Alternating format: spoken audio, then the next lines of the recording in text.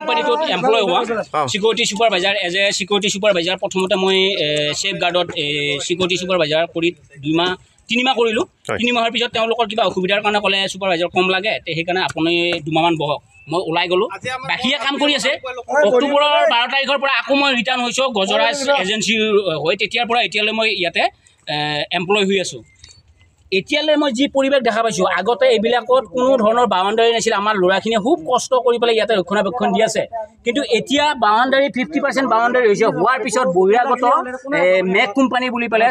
এতিয়ালৈ 8জন আহিছে আৰু বাকীকেইজন কালি আহিব মই গম পোৱা মতে যে বেলেগ এজেঞ্চি আহিব বুলি মই গমে পাইছোঁ কিন্তু এতিয়ালৈ আমি গম পোৱা নাই যে আমাকে উলিয়াই দিব কিন্তু সিকিউৰিটি গাৰ্ড বুলি মই জানো আজি ইয়াতে সোমাইছে আপোনালোকৰ ডেডলাইন যোৱাকালি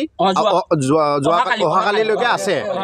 কালিৰ পৰা খতম হৈ যাব কালিৰ পৰা খতম হ'ব বুলি আমি গম পাইছোঁ আৰু দ্বিতীয়তে এইটো হৈছে যে আজি 3 সপ্তাহমান হ'ল আমাৰ পানীটো বন্ধ কৰি দিছে খোৱা পানীটো বন্ধ কৰি দিছে আমাক খাবলৈ পানী দিয়া নাই তাৰপিছত আমাৰ কিছু অসুবিধা আমাৰ কাৰণে এজন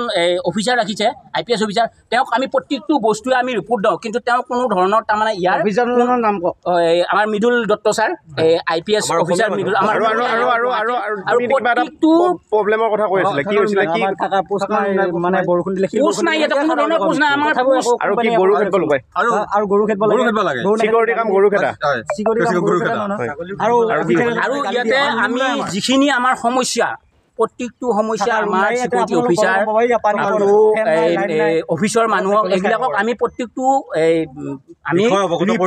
ৰিপৰ্ট আমি তেওঁলোকক দিছোঁ দিয়াৰ পিছতো যে তেওঁলোকে এইবিলাক কৰিব আমি তাৰমানে আজি 2-3 দিনমানহে হ'ল আমি এই কথাটো আমি গম পাইছোঁ আৰু